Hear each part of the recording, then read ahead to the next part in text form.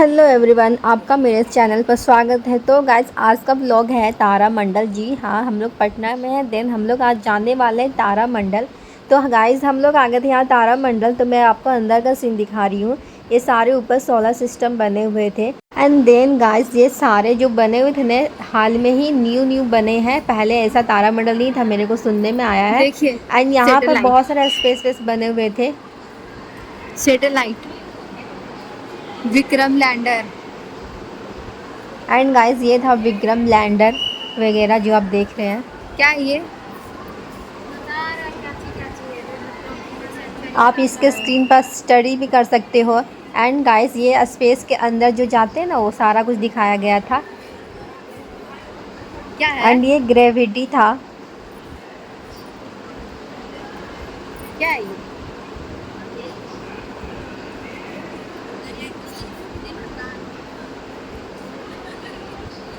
सुन आ रहा है? क्या? एंड ये खुद ही खुद मूवमेंट कर रहा था गाइस, खुद पर खुद, ग्रेविटी के कारण आई थिंक।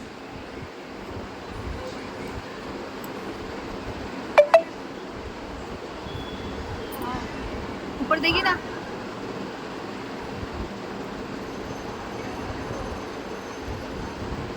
सोलर सिस्टम है सारा।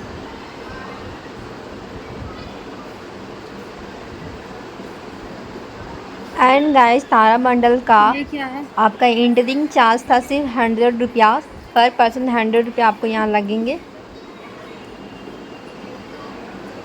एंड ये स्पेस था गाइस। यहाँ इस तारामंडल में आपको moon, sunlight, sun, moon and ये सोलर सिस्टम के बारे में बताया गया है। एंड ये बच्चों के लिए बहुत ही इंटरटेनमेंट एंड बहुत ऐसा साइंस टेक्नोलॉजी के लिए बहुत ही अच्छा मनोरंजक चीज़ है। डेफिनेटली हमें तो उतना मज़ा नहीं आया, बट बच्चों लोग को इसमें ऑफकोर्स जाना क्या चाहिए, है पूजा? डेफिनेटली जाना चाहिए। उन्हें क्या बहुत है ज़्यादा ये? एजुकेटेड मिलेगा, बहुत ज़्यादा शिक्षा मिलेगा इन सब को देखकर। दीदी तो मेरा दीदी।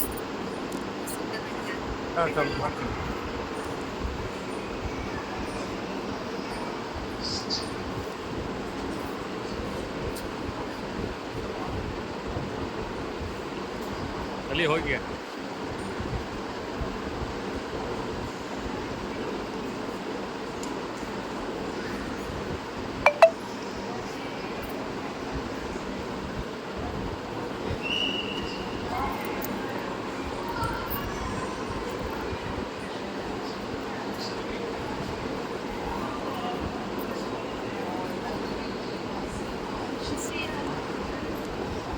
यहाँ फोटो लो। उसके बाद गाइज हम लोग अंदर जा रहे थे। जो हमारा ना टाइमिंग 12 बजे का था, मतलब कि तारामंडल को देखने का हम लोग का टाइमिंग 12 बजे का था। उसके बाद हम लोग इंटर करते हैं अंदर की ओर। तो उससे पहले उन्होंने हमें गूगल दिया था ये चश्मा को, तो ये देख लो।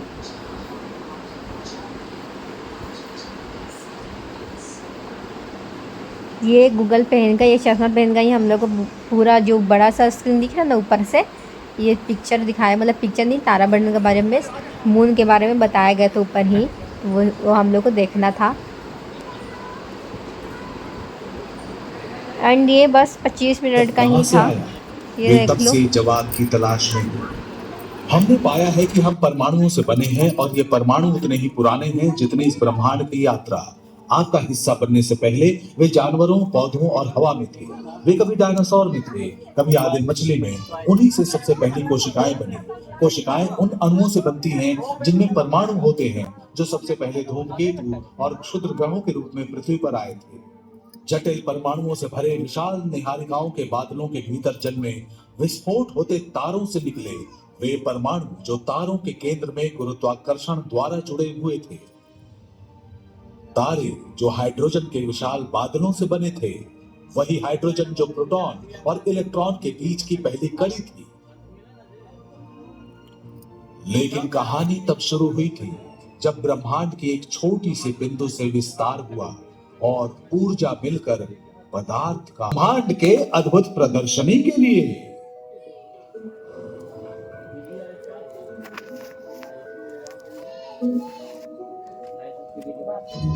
हम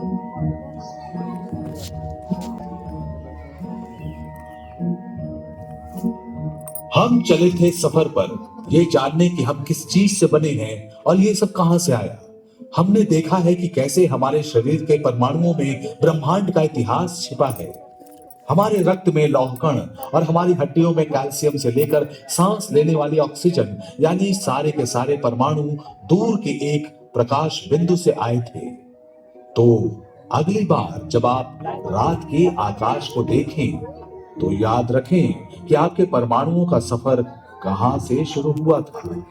हम सभी सितारों से बने हैं।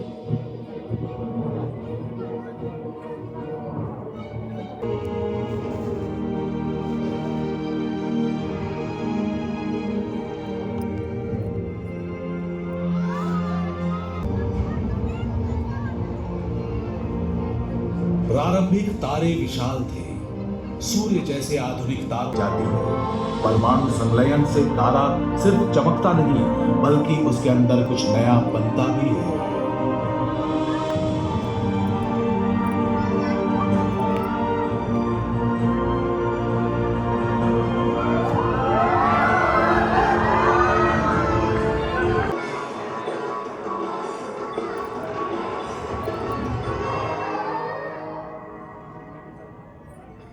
धीरे धीरे हीलियम कोर को भर देता है। आपको लग रहा होगा कि एक बार कोर ने सभी हाइड्रोजन को हीलियम में बदल दिया।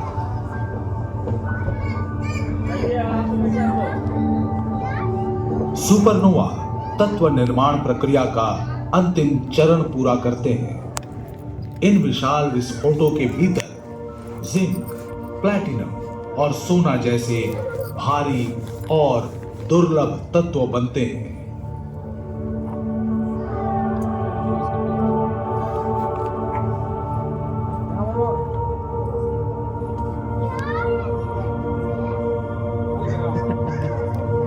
अरबों वर्षों में विस्फोटित तारों का मलबा धीरे धीरे विशाल बादलों में एकत्रित हो जाता है।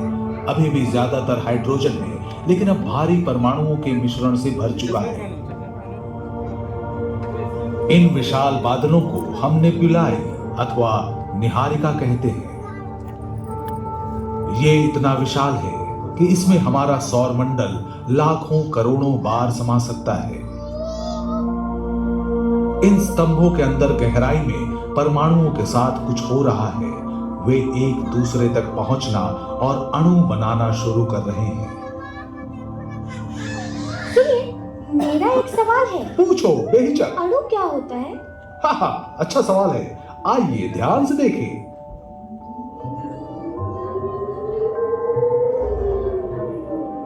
ये निहारिका में पाए जाने वाले कुछ मॉलिक्यूल्स यानी अणु हैं। अणु एक साथ जुड़े हुए परमाणुओं का एक समूह है, मानो एक दूसरे का हाथ पकड़ रखा हो। आपके शरीर में है ये अणु और इस निहारिका में पाया जाता है ये पानी है। पानी का अणु एक ऑक्सीजन परमाणु के 2 हाइड्रोजन परमाणुओं से जुड़ने से बनता है। आपको तो पता होगा इसका रासायनिक नाम H2O है। निहारिका में एक अन्य सामान्य अणु कार्बन डाइऑक्साइड CO2 है, जो एक कार्बन परमाणु और 2 ऑक्सीजन परमाणुओं से बना होता है। आपका शरीर कार्बन डाइऑक्साइड बनाता है और आप इसे सांस के द्वारा बाहर छोड़ते हैं। आप सब भी इस अणु का निर्माण करते हैं, बस इसे बाहर नहीं छोड़ते। क्या आपको पता है इसे क्या कहा जाता है? नहीं। कोई और बताए?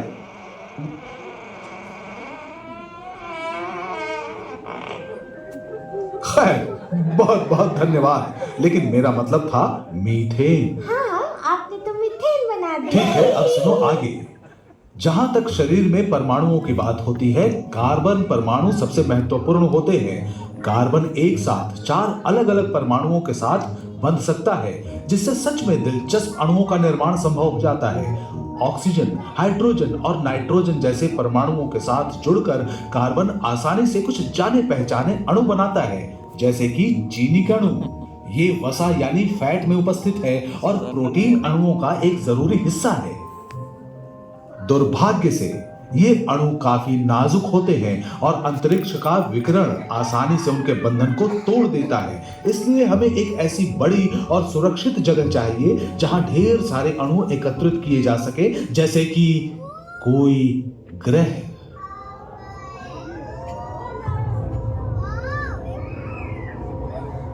गैसों, अणुओं, धातुओं और धूल की ये विशाल डिस्क ही हमारा सौर मंडल है, जिसके केंद्र में है एक नया सूर्य। इन मंडराते बादलों के भीतर गुरुत्वाकर्षण इन अणुओं को चक्कर खाते बड़े द्रव्यमान में खींच रहा है, जो ग्रह बन जाएंगे।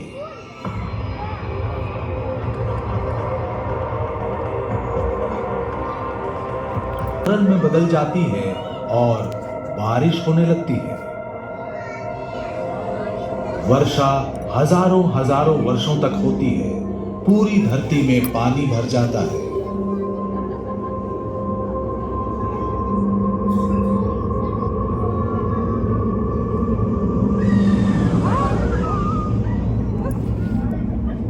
इस महासागर के नीचे परमाणुओं और अणुओं की यात्रा का एक नया चरण शुरू होता है।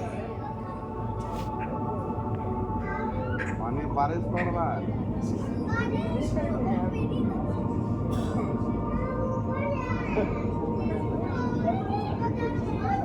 पृथ्वी के सतह की पिघली हुई चट्टान से गर्म हुआ पानी इनमें बने छिद्रों के माध्यम से फूटता है और जिसमें अणु घुल जाते हैं।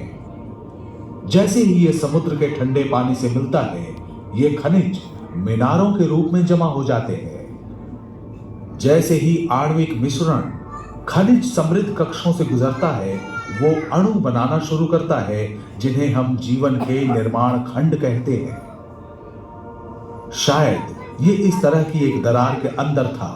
सैकड़ों लाखों वर्षों की आकस्मिक अंतःक्रिया के बाद अणुओं ने कोशिकाओं के आकार में पहला जीवन बनाया। सो गाइज, हमारा ये प्रोग्राम एंड होता है। देन हम जा रहे हैं अंदर, मतलब सिर्फ बाहर की ओर। तो गाइस, आपको ये वीडियो कैसा लगा ऑफ कोर्स कमेंट करके बताना, मेरे को सपोर्ट करना, मेरे को सब्सक्राइब करना एंड मेरे वीडियो को शेयर करना। Please guys support me and watch till and. आपको ऑफ कोर्स ये वीडियो बहुत ही अच्छा लगा होगा। देन अपने बच्चों को डेफिनेटली तारामंडल घुमाने लेके जाना। बहुत ही अच्छा है, बहुत ही अच्छा खासा शिक्षा मिलेगा, नॉलेज बढ़ेगा आपके बच्चों को। तो गाइस, हम जा रहे हैं अब साइंस सिटी। तो आपको अगले वीडियो में डेफिनेटली देखना हमारे साइंस सिटी में क्या क्या होता है, हमने क्या क्या देखा साइंस सिटी में। तो guys, bye bye, take care, love you all.